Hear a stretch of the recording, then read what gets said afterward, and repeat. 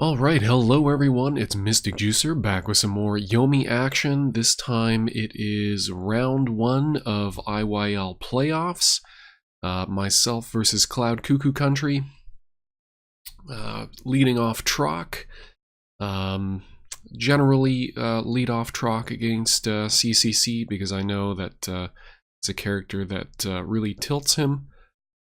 So definitely going for the psychological angle on this one. Fortunately, he has picked up a really good Trock counterpick. Onimaru does very well in this matchup for reasons I've gone into a couple of times before, but generally he's got very good answers to Trock's blocks. So it becomes very difficult to actually get 2 attached blocks and put Beast Unleashed online. And Trock without Beast Unleashed actually has... might actually be a fair character.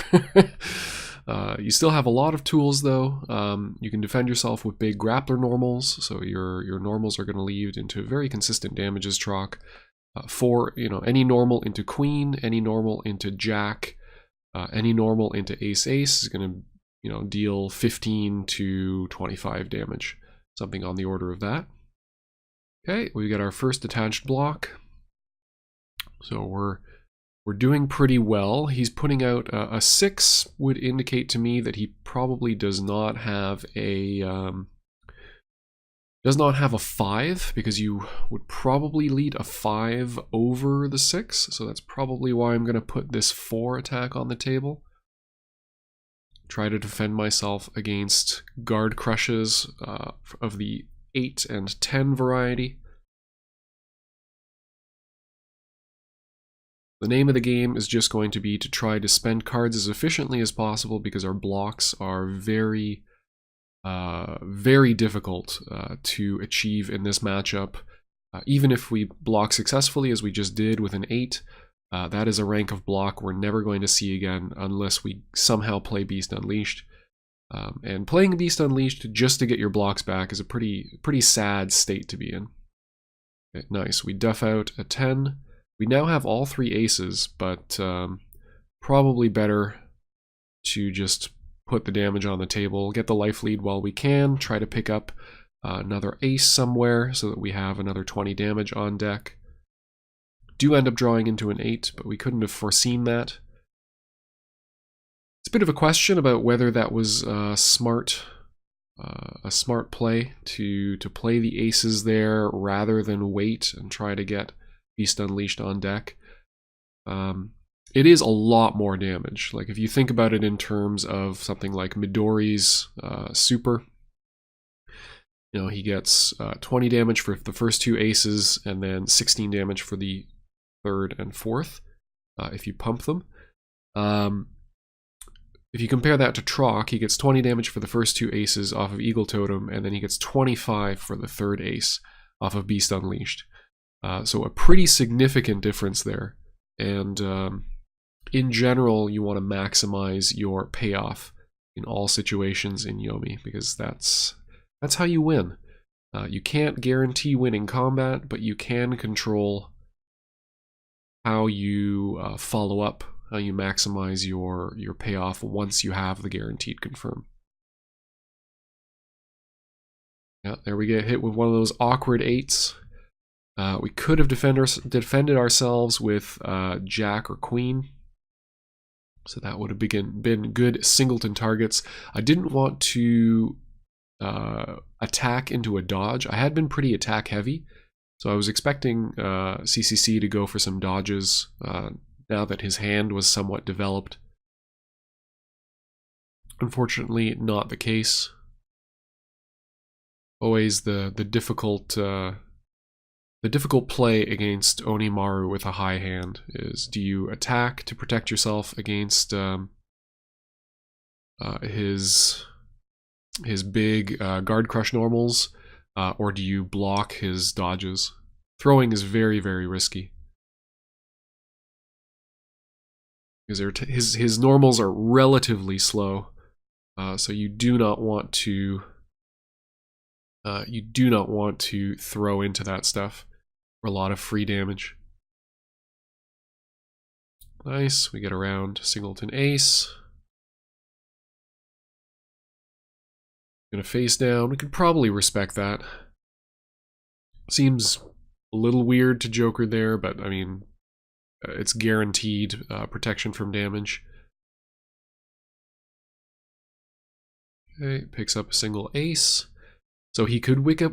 So there's a couple of different ways he could wake up here. He can wake up with the single ace. That gets beaten by my single queen. So he could wake up with a face card of some kind. Go for an attached... or sorry, just go for a queen, for instance. Defeats my queen. Or... yeah, he could just block his way up as well. Keeps himself at very high hand. I've got a bit of a life lead, but it's not a very significant life lead. Any combat win on his side is going to even things out, and he's still going to be pretty significantly ahead in terms of cards.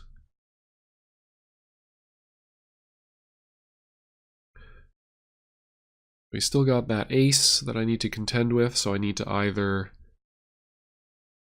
So I need to think about what he's going to do. Is he going to go for a guard crush now that he has known ace to pressure with? Especially since he's seen the queen disappear from my hand. Or is he just going to play the ace? Or is he going to dodge to hedge against whatever I'm doing? He's at 12 cards, so very unlikely that he's going to play a block. There we go. Just plays the obvious move, gets the ace attached. Just the one though, which is nice. I'm going to hang on to those dodges as long as possible. They are going to be very, very important to me. So again, we go into obvious move of just play a face card or guard crush or dodge. I'm expecting a dodge. Okay, 7 indicates that he does not have a guard crush. Holding on to the 8s just so I have a more consistent block. May have been better just to cash it out there. Get the guaranteed 20 damage. Is knocked down. So again, he's either, he's going to play a 5. He's going to wake up with a face card, expecting me to do something nutty. Or he could expect a block or dodge and go for either a throw or a block of his own.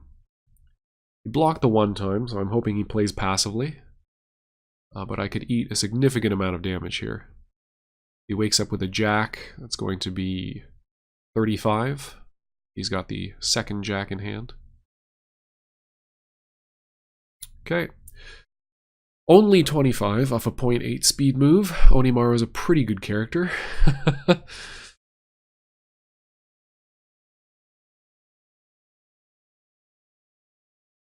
So just going for obvious stuff. But you have to mix up the obvious stuff with the tricksy stuff. I am probably overestimating the amount of layer 2 stuff that CloudCuckooCountry is going to go for. Okay, managed to sink a throw here. Yeah, now we'll cash out for 20. 33 hit points, so very doable. We've got 30 damage worth of kings right there, so we can go for some dodges here, start cashing those out.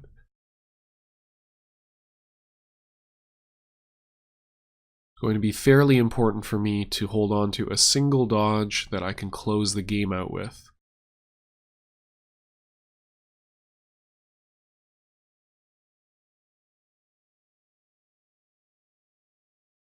Okay, dodge, dodge. Banking on the fact that I would not be willing to throw a second time in a row.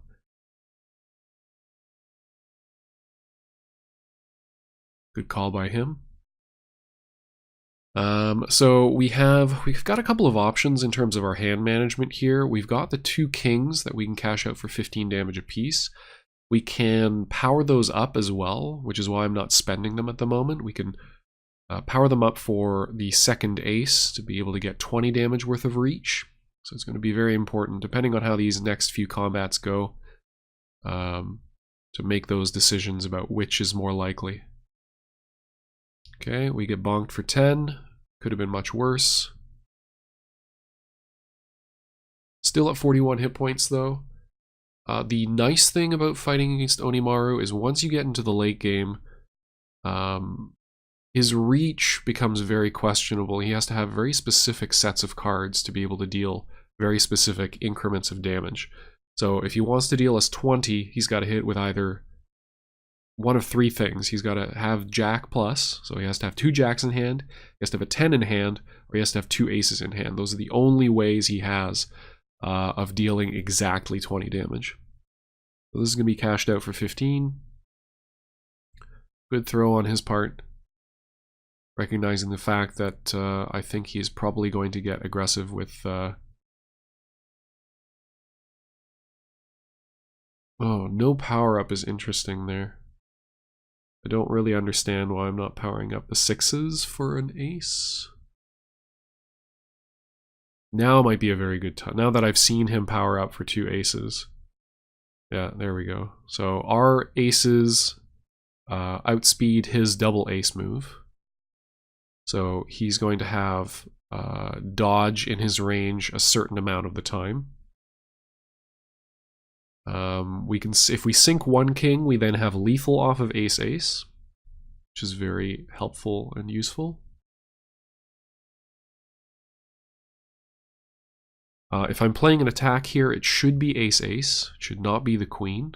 So once we spend ace-ace, that's a known move out of our hand. Okay, so we've sunk the king. It's very good. I should be checking his discard much more heavily right now, just to know how many dodges, how many throws. Definitely an error on my part not to check that information. Okay, really gutsy 10 throw there.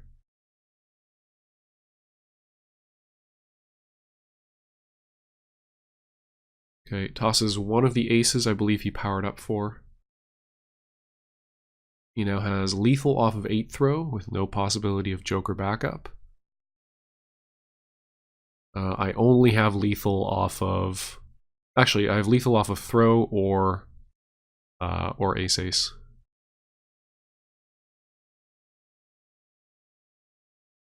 So the reason I'm blocking here is I'm expecting a... I'm expecting I've dodged enough to have earned... Yeah, really nice 10 throw for the win. It turns out he did not have any 9s at all.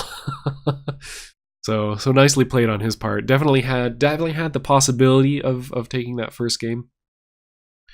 So not too mad about that. Definitely discouraging to go down first game when you're counterpicked.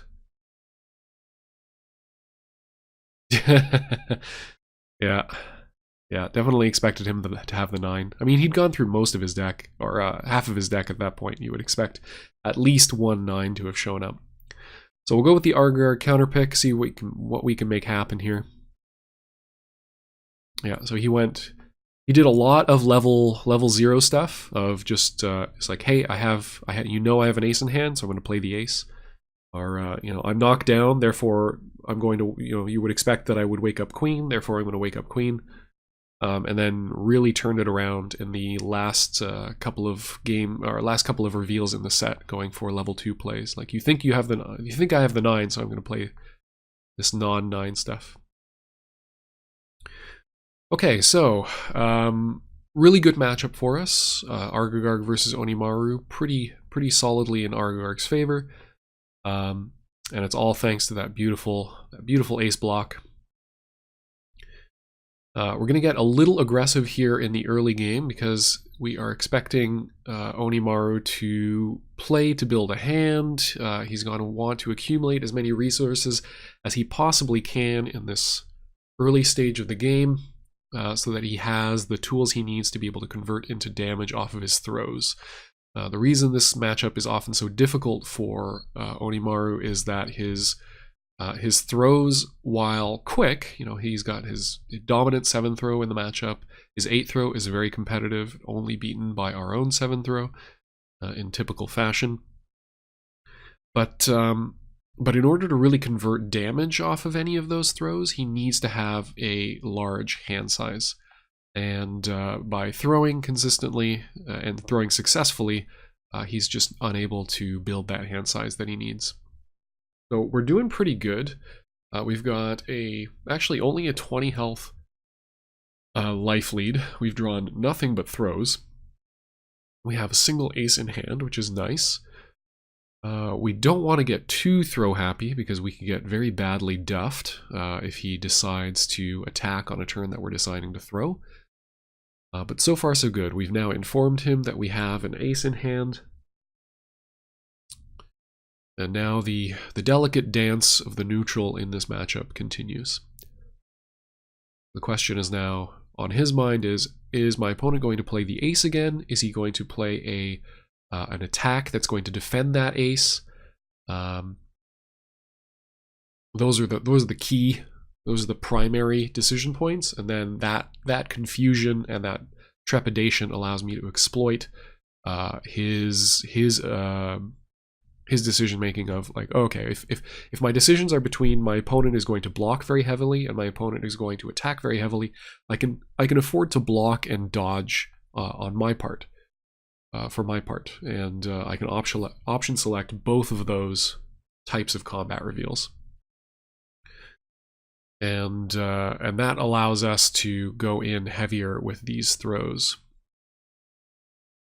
So we're doing pretty good. We've got a very sizable life lead. We're up 50 hit points.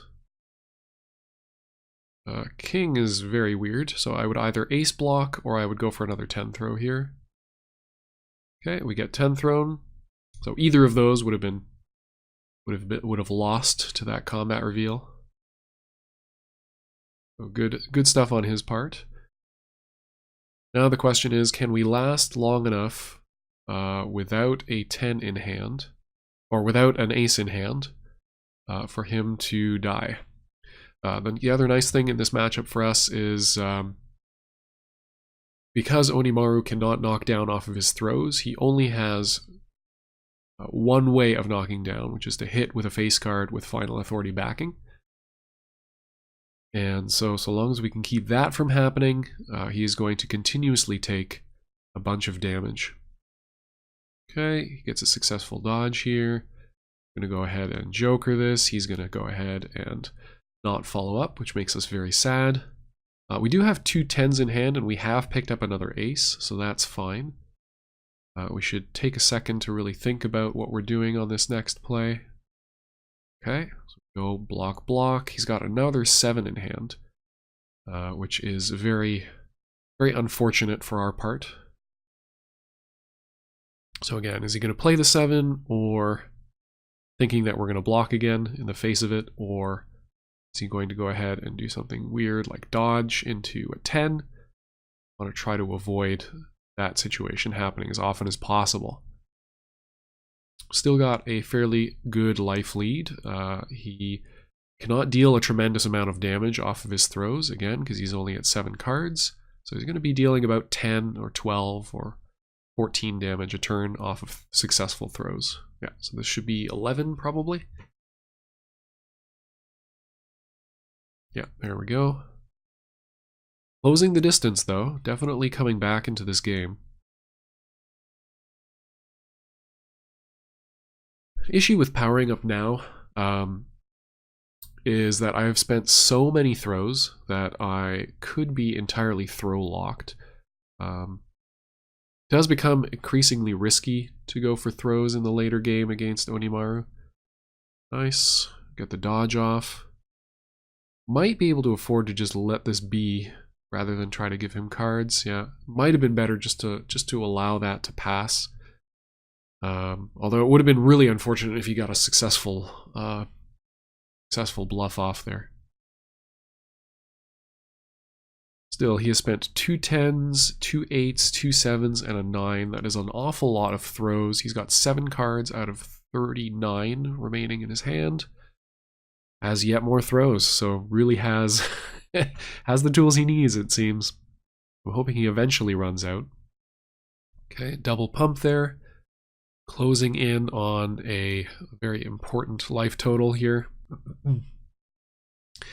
As soon as we get down to 18, we're going to be in danger of dying to 10 throw. Okay, dodge, dodge. No longer confident enough to risk throwing him, which is probably a mistake. Again, 2 7s, 3 8s, a 9, and 2 10s gone. But we only have the 10 throw. The throwing is very, very risky. We no longer have any aces in hand. We do have the dodges, which are pretty good. We do have lethal in hand off of throw or the 5. Although dodging into a 6 or dodging into a 10 also be pretty good. So we had a chance at lethal there. None of these games, you can never really count these games out. CloudCuckooCountry is really playing this really, really nicely. So the question here is, do we block with the 10? Do we throw with the 10? Do we hold off and either poke with the 5 and then risk powering up the 10s for an ace? Okay, successfully block a queen, which is very nice. So he is willing to attack. But again, we're at one of those awkward health totals where where he can't kill us with anything that he hits with, unless it's 3 kings. He's got 2 kings in the discard, so he can't do that. I'm thinking 8 throw is probably the best option here. Okay, 8 throw would also have lost. Add lethal off of the queen. Lethal off of the 6 as well. Got to make a decision about which cards he wants to spend here, which cards he wants to show me as spending. Okay, 6 and Jack gone. 3 cards in hand. And plenty of lethal in hand. We can go for the 8 throw here. I think of the plays here, 8 throw or 10 block make a lot of sense to me. Queen on the outside chance that he has exactly an 8 or a 7 in hand. Yeah, so he had a 7, unfortunately. That is going to allow him to take game 2 in a very, very difficult matchup. So beautifully played by CCC there. Very nicely done. So definitely a little salty about that match. Had an extraordinary life lead and then really kind of squandered it with yeah, not demoralizing enough.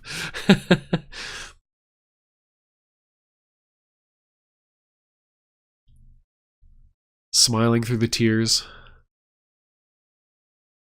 So now the decision point is, do we go to some other character? Or do we stick it out in the ARG matchup and think that that was a fluke of some kind? See how it goes.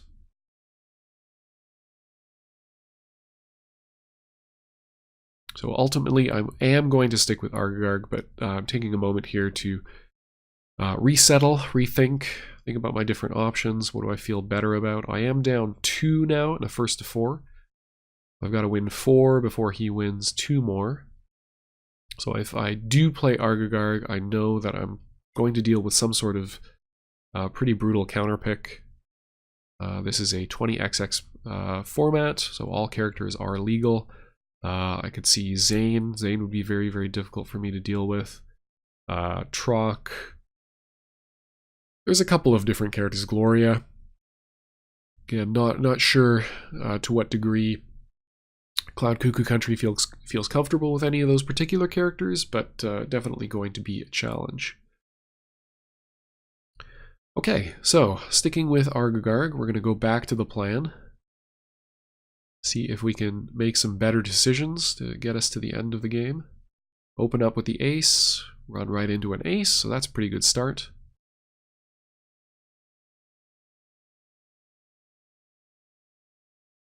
So here's our opportunity to capitalize somewhat.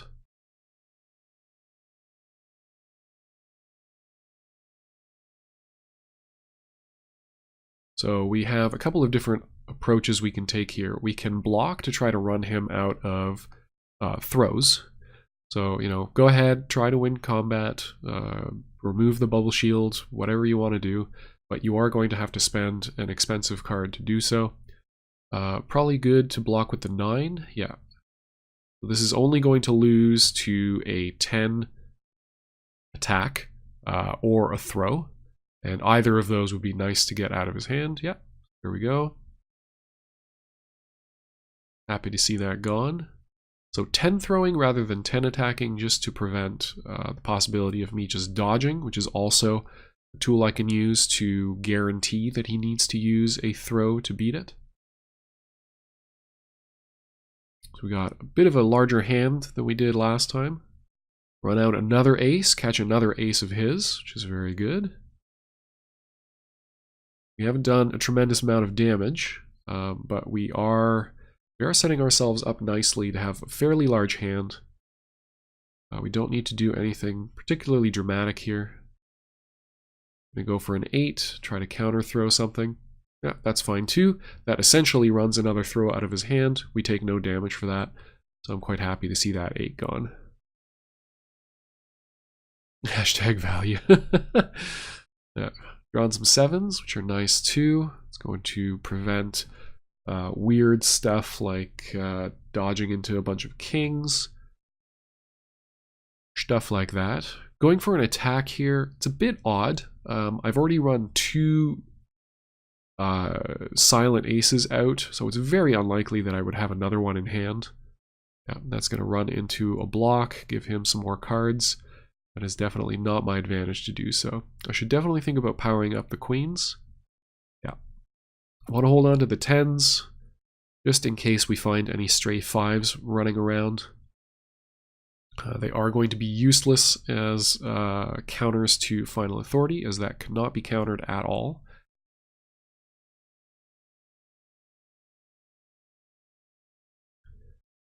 Running a 5 attack out is a bit interesting.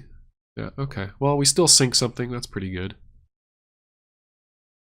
Got potentially very good damage off of this.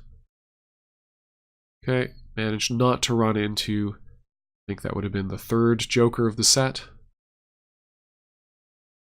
That's pretty good. But again, keeps our damage relatively low. Still, we are working on about a 20 hit point life lead. But we are doing pretty good in the life department. Go for the 9 throw here, get counter 9 thrown. Okay, we don't lose the ace, that's fine. He's going to run at least 1 card out there. Okay, 2 cards, goes down to 7.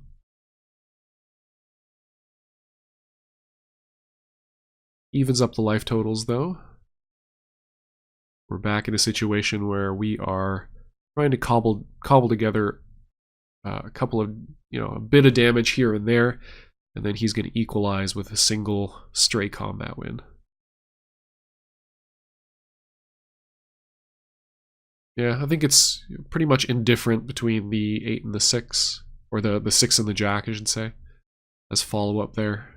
The 6 is not going to do us any particular good as we get later into the game. The jacks are a pair, so I can use those to power up. I'll probably prefer to hang on to those. They're also pretty good damage off of anything, whereas the 6 is more situational. If I hit with a straight, for instance, if I hit with a random normal, unless I'm putting a 5 out there, or I've led with a 4, it's unlikely that I'm going to be able to cash out much, or to be able to cash out the 6, whereas I can much more easily cash out the jacks. 2 into jack, 3 into jack, 4 into jack, all of that is absolutely fine. I should think really hard about playing this ace because it's basically chasing. So he beat me with an attack, therefore I want to protect myself. It's a very difficult instinct to break yourself of, especially if you're down a set, you're already stressed. Okay, use the 6 as a bluff to try to maximize value out of both of the jokers that I have in hand. Power up the 3s, get the ace back. Still got a life lead, although it is very tenuous here. Basically 3 combat wins on his part if they are attacks. We're going to close this game out. Whereas I've got several turns that I still need to work with. He's going to do the obvious thing. He's going to go for the dodge, going for the hedge. Seeing if he can snare me, trying to protect myself with an attack.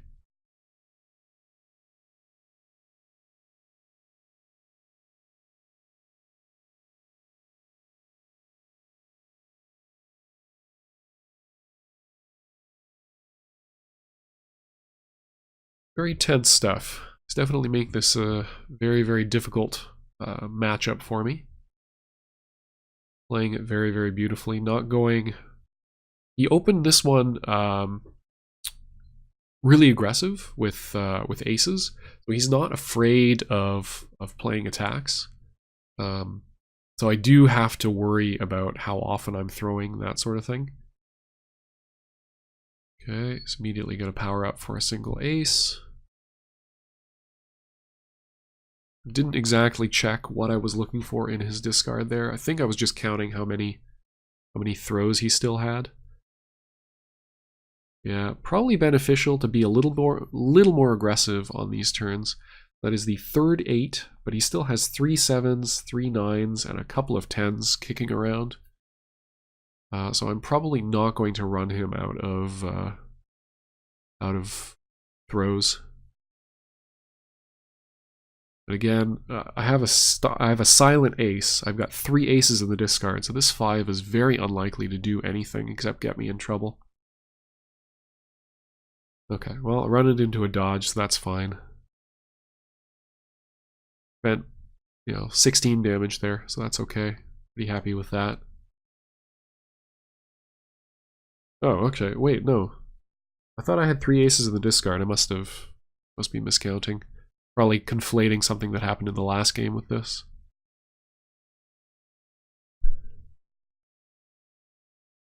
Okay, block, block. Running out the clock a little bit. Yeah, powering up the 2s makes sense to me. There's no reason not to get aces in hand.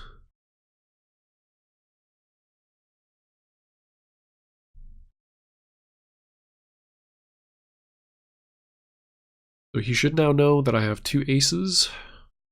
So Blowfish Spikes is on the table. He can beat Blowfish Spikes with just a face card, backed by Final Authority though. So, stronger push for me to dodge into Blowfish Spikes. Yeah, reads between the lines, navigates the single ace, double ace, dodge mix-up, and duffs out the low likelihood throw. Good eye on that. 34 hit points, getting to a dicey place here.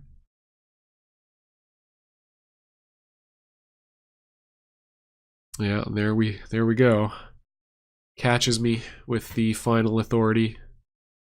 We can prevent 10 of this damage to keep ourselves at 24. That's probably the correct play.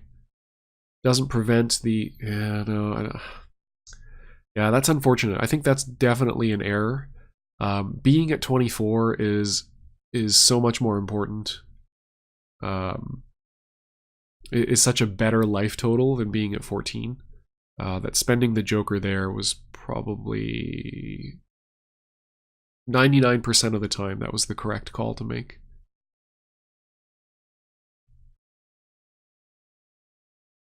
So I'm thinking this keeps me safe from everything except another Final Authority. Yeah, which is correct. So I've got the Joker here. So that prevents lethal. Helps with the Joker. That's really bold. So definitely gives me a shot here. 3 8s, 1 7, 2 9s, 10. I should be counting dodges as well. Hopefully I've been keeping track of that. Very important to know which side of the nightmare we're dealing with here. He's only got 4 dodges left. So 4 dodges. Still has 3 of the dominant throw though. Yeah, he hits me with the 10. It's a really bold play. I think, have lethal again on that. Could have gone for 2 kings, 4 into jack. That would be 14, 21. No, didn't have lethal off of any attack. So yeah, well played on his part. Definitely tilted me on that. Yeah, definitely tilted me on that last one. So now I've got a decision to make. So what character do I pick? I'm down 3. I'm no longer going to be able to counterpick, so I need to pick a character that's going to beat Onimaru, but that's also going to deal very well with any potential further counterpick. So Trock is an option. It's my strongest character for sure. But Onimaru, is a difficult match for him. So am I really do I really think I can win 4 in a difficult match against a player that's playing really, really well? Very unlikely. Very unlikely. So the decision is ultimately going to lead me to Setsuki. I think Setsuki is the most difficult to counterpick character. Definitely in this format. Maybe that's over. Yeah, that's not really a thing. But I think Setsuki is one of the most difficult characters to counterpick because you are always playing against a character who doesn't need to block to build a hand. In fact, builds a hand off of throws. Has a lot of dodges. Has 0.0 speed starters. So basically has all the tools that you would want a character to have. So the question is, how is he going to play the first turn? We can only throw really with the 7. So our best play, based on this hand, is just going to open with the queen. The blocks, we have another queen we can follow that up with. Luckily, we catch a 5. Doing well there. Now it's just a matter of cashing out as much damage as we possibly can. We can definitely dump off of this. If we toss the queen, we can dump off of it. Oh, okay, that works too. Yeah.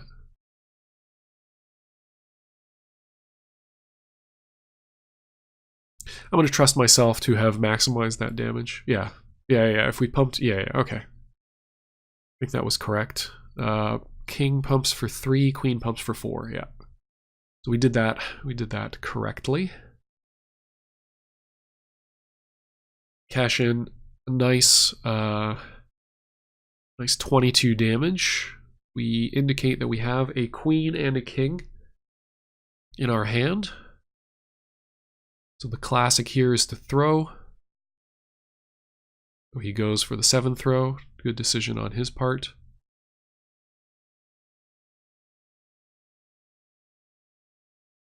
Pick up another 7. We can still dump off of this. 7 into 6 king pump. Yeah.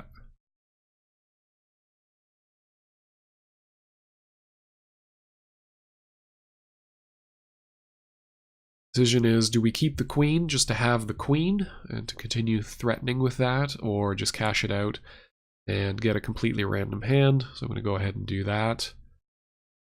The queen could put us in an awkward situation on our next hand. With the amount of kings we've spent, it's going to be difficult to dump off of non-queen hands. So if we keep the queen, the odds of us drawing another king are lower, which increases the odds that we're going to go with a queen play, which means that he can block or dodge more consistently. Tossing the 6 just to discourage possible pumping. Not that he's probably going to pump anything there either. But it also does get us a little closer to getting out of this hand, which isn't all that great. I feel like on a 4-card hand, he's going to play something defensive, in the sense that he's going to play a fast attack, because it's unlikely that I'm going to be able to dodge out of it. I would need to lose 3 cards off of this.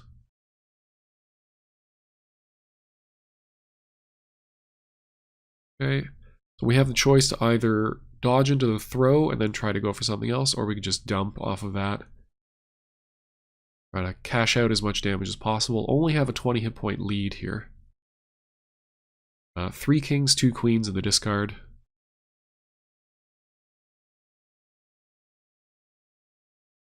Do pick up a joker though, that's going to be nice. It's going to allow us to play relatively safe stuff in the late game here. We have no dump off of anything.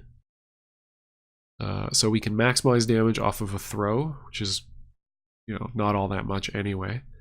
I've dodged twice off of Speed of the Fox, so we could just go for a 3-fer, yeah.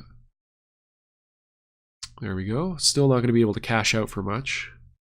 Probably just toss the single ace, hold on to the 7. Yeah. It's going to be easier to get rid of this hand by keeping the 7 throw and the jack, because the jack is a really good linker and the 7 throw is a throw that we can use. Basically, we're only ever going to be able to get out of this hand by throwing, so go ahead and throw. I've got the joker as backup, so, you know, I don't really care if I do get hit. Pretty much confirms, well, it doesn't really confirm that he doesn't have a joker, but it's a pretty good tell. Just need to close out 9 hit points with 1 joker still in hand, so we're doing pretty good there.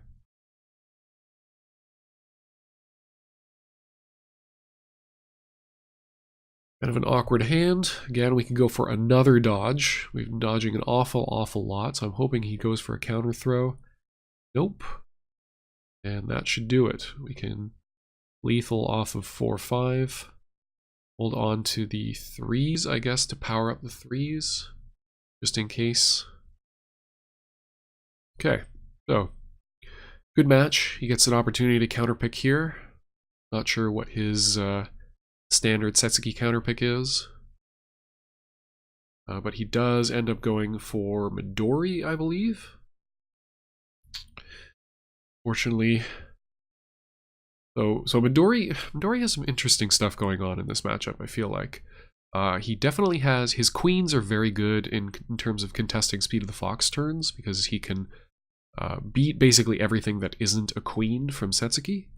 But it's, for Midori, the challenge is going to be navigating the early game against a character who can just throw with basic impunity. So no dump off of that. It's totally fine. I'm going to hold on to that 10 for as long as possible to try to prevent glimpses and dragon form. The 7s are probably going to be powered up at some point. I can throw into 5 and then power up the 7s just to get out of the hand.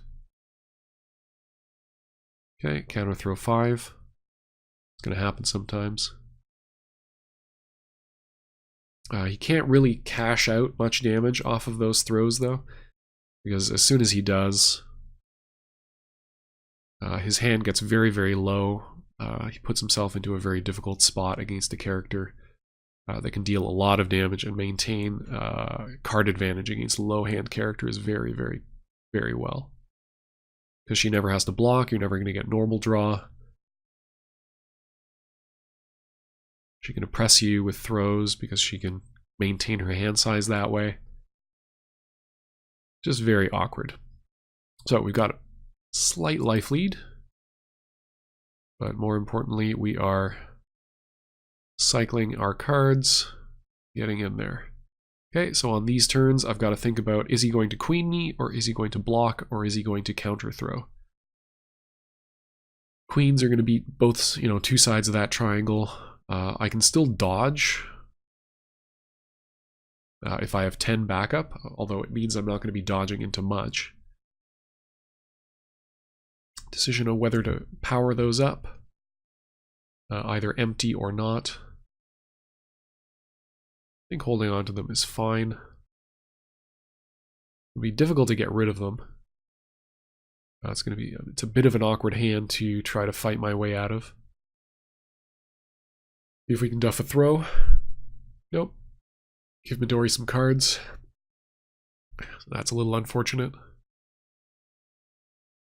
Definitely in the stage of the game where Midori is at an advantage because we are stuck in an awkward hand that we're trying to get out of as well as possible. But it is definitely tricky stuff. We can go for dodge here and then smoke bomb any potential dragon form stuff. Instead, get 5 thrown. Yeah, no, that's fine. That's fine because we're able to power up the 6s. Yeah, I was thinking like, oh, I want to hold on to the 10s, but yeah, that's fine. We want to get rid of that hand and just go into something else.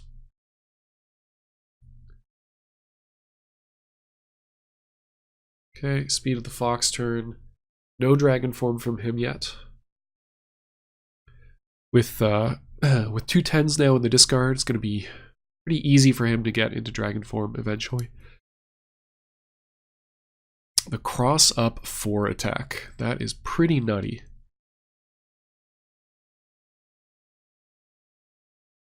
Okay, and holds himself back as well. So now we're in a really awkward spot. We did find a whole bunch of damage though, so that's pretty good. Yeah. Yeah, Midori cross up 4 is definitely not something you see very, very often. Okay, there we go. Dragon form active. He knows I have spent, I think, 3 queens. No, single queen. Okay. That's right. I think I got it back with a 7 or something. Or that might have been last game. I can't remember anything. All right, that's a very important duff. It's going to allow us to cash out some pretty significant damage here, unless he's got a joker. He does not. Thankfully for us, we get to cash out 30 points of damage off of a completely random hand.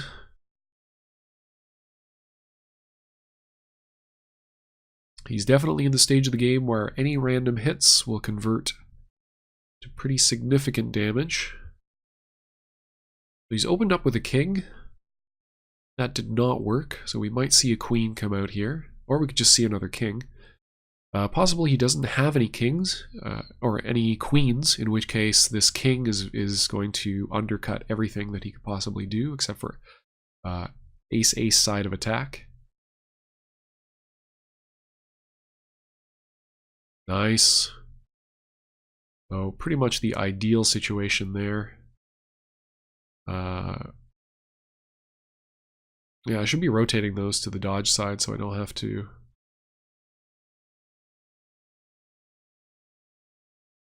Bit of an odd.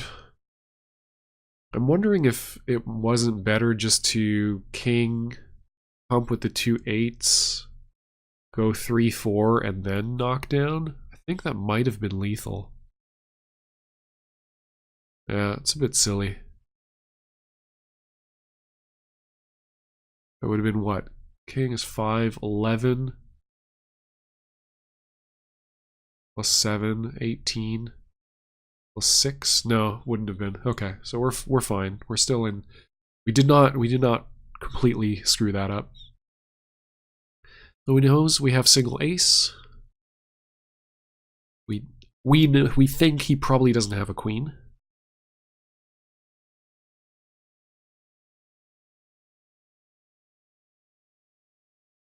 But luckily, he's no longer in dragon form, so I don't really care about this particular reveal. Yeah. Okay, we take 16.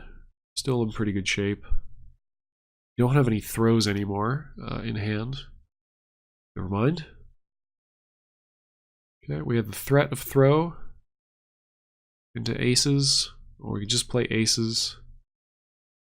It's 3 chip apiece.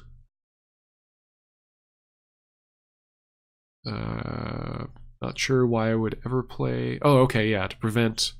Yeah, so the reason I'm leading this side of the aces is I don't want to give him an opportunity to be able to joker. So just closing that out as quickly as possible. So there we go. Okay, we're 1 game down. He's still at set point. We've got to win 2 before he wins 1. Sticks with the Midori. Okay. Start off with a pretty big hand in terms of damage. We go for the 7 throw here. First turn block makes a lot of sense. Because Setsuki often has an easier time of dumping a 7-card hand off of a queen starter. So, why not play around that a little bit? We got another big handful of damage here. Okay, could have had the opportunity to go for a queen there, get counter thrown. Again, he can't cash much out, so it's just going to be the 8 damage. He does maintain life lead, but we have a lot of hurt we can pile into him. We go for the block here. Don't have another throw.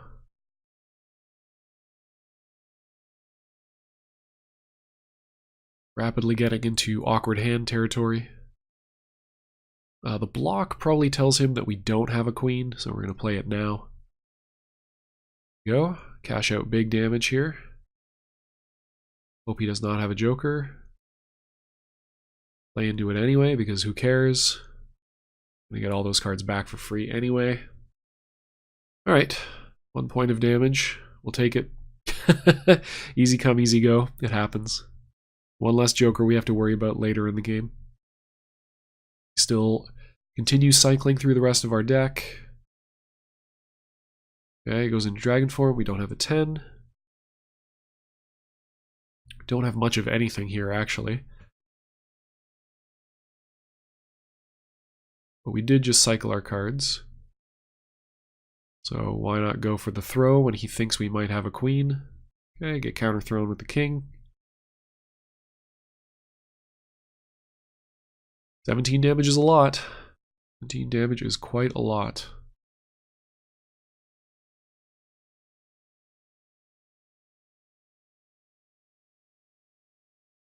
Just hope he wants to be defensive, pick up those 2 kings.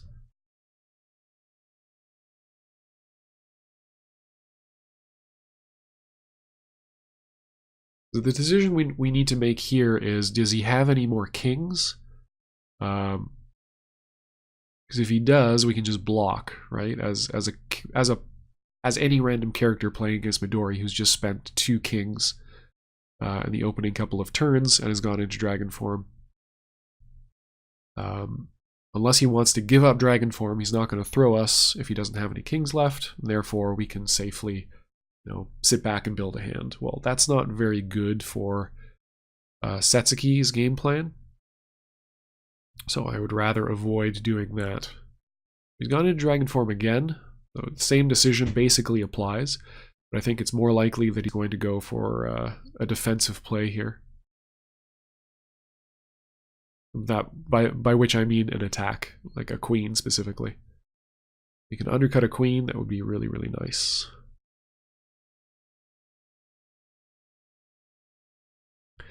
Fortunately, he just goes for the safe stuff and blocks. Going to pick up another king. Going to make his blocks that much more powerful. And of course, he gets to defend himself with a king. We do have ways of dumping off of this, though, which is pretty good. We can lead off the jack to guarantee the dump. Yeah. Okay, get duffed with a queen for our troubles.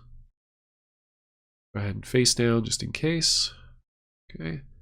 So no 8s, no 7s in hand, because you would definitely prefer to throw those on top there. Few turns too late, unfortunately, for that 10. Still has a king in hand.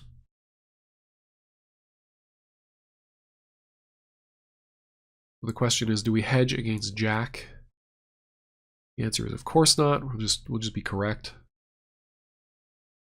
Draw kind of an awkward card.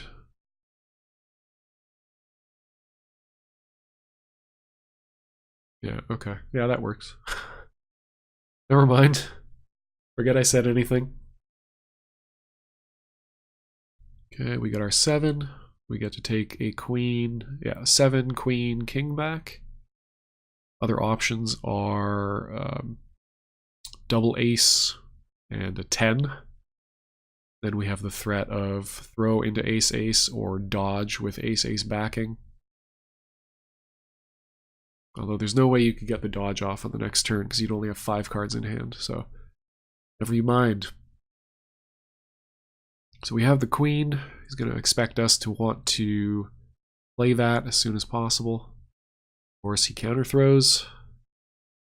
He at least loses dragon form, though. That's helpful. Throws into a ton of damage, though. 24. 2 hit points remain. We have our 7 queen king remaining, though.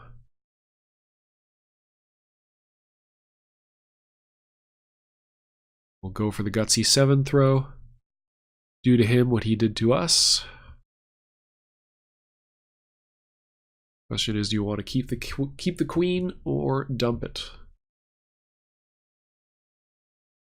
Probably want to keep the queen to allow your throw pressure to be more effective. Yeah. Puts him at 12. This does allow us to, again, play queen or throw games. We're at 2 hit points, so again, the temptation is going to be for us to play it very, very safe. Which means we can go ahead and go for this throw. The throw is not going to be lethal, though, because unfortunately we can't combo into anything, just the 4s. Or we just let this sit. Yeah, no, doesn't seem make all that much sense. Leave him at 2 as well. So if he's got a joker, he can play a queen with 10 backing with absolute confidence here. We managed to throw the gutsy dodge, which I'm very, very happy with. So we tie up the set 3-3, working on the comeback. Feeling pretty happy. Definitely hoping that those last couple games have had a cumulative psychological effect on CCC. Okay, switches to Gwen. So the logic behind the counter pick here is Gwen deals a Gorillion damage, and Setsuki only has 70 hit points, so just kill her with fire. Okay, undercut a jack, like to see that. Can dump the 4s, go into 2-3-4. Internet issues. Okay, deal 1 damage for our troubles. We get to cycle our hand, so pretty happy about that. Say no to the aces because they can make our hand awkward.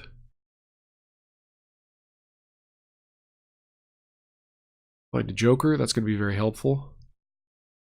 Find another queen, that's going to be very helpful as well. If queen, then queen. Pump with the 10 and the 3. Oh, sorry, no.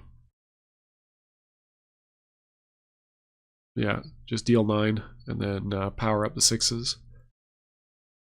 We don't want to be stuck on a 4-card hand with 2 6s in it against Gwen. Lets us hang on to the Joker as well, which is nice. It's going to be very, very helpful against a character who front load or who is very susceptible to blue bursts. Pick up 3rd queen, so why not? We can go queen, pump with the 8, 5 jack 5. And he's leading a lot of 7 throws, which is good for us. To make our 8 throws that much better.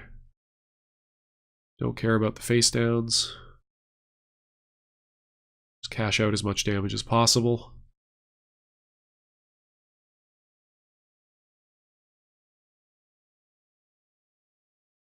Okay, nice little 20 hit point life lead. Gwen is going to start dying every turn. Well, she's going to continue dying every turn. Let's be real.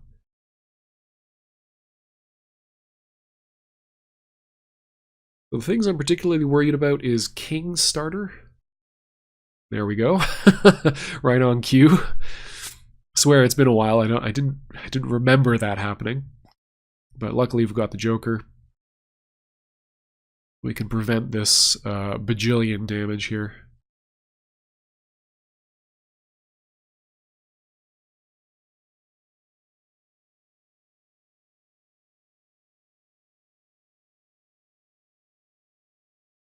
Okay, we're both one Joker down. Still 20 hit point life lead. That is not particularly significant. Yeah, hoping I could get a dodge there. The dodge, the more I think about that 9, the less I like it. Luckily, I think he spent... That must mean that he either does not want to... So he either doesn't want to follow up because he needs to build a hand again, or he doesn't want to follow up because he spent all of his linkers. Either way, I'm very happy with that. Also very happy with this. It means we get to counter for free, deal a bit of chip damage, prevent a 10 from healing him. Get a little bit closer to getting out of this hand. Could power up the aces, but honestly just playing them as 1.2 speed attacks is fine. Yeah, okay. We lose to a queen, we take 10 damage. I'm fine with that. Get out of the hand as well. Maybe there's an argument to be made to be holding on to one of those aces just because it's 9 damage a pop. It does really good as a spacing tool in this matchup. It's only beaten by Gwen's queens. There might be an argument there, but yeah, whatever. So 2 into Jack 5 is alright, I guess. Could also dodge into throw. Yeah, dodge would have been correct. But he's been pretty gutsy with the throws, so could also taken, 28 damage there. Would have been less than ideal. Okay, powering up for aces. Aces are good. Aces are 1.0 speed.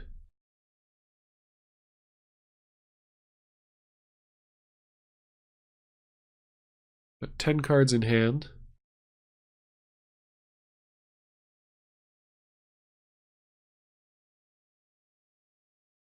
Just go for the safe stuff here. Just go ahead and deal 9.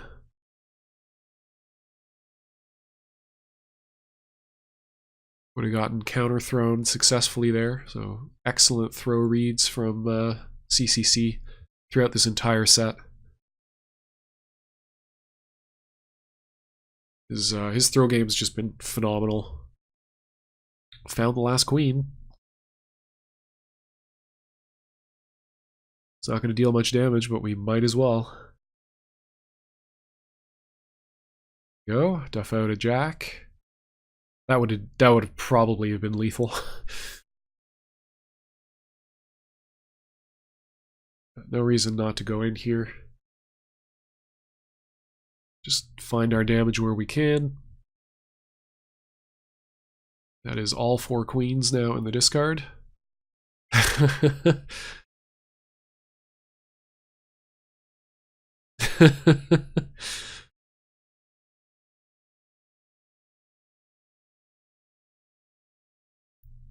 Hey, we just need to not die super badly.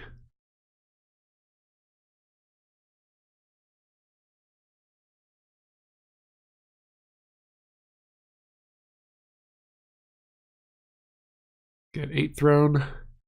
Didn't have any damage off of a counter throw, so why not? Yep. There's the damage.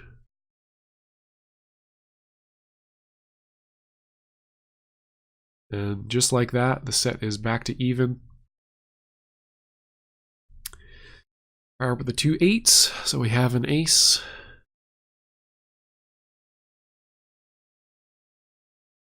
CloudCuckooCountry picks up some aces of his own. It's 2 of those. So potentially we've got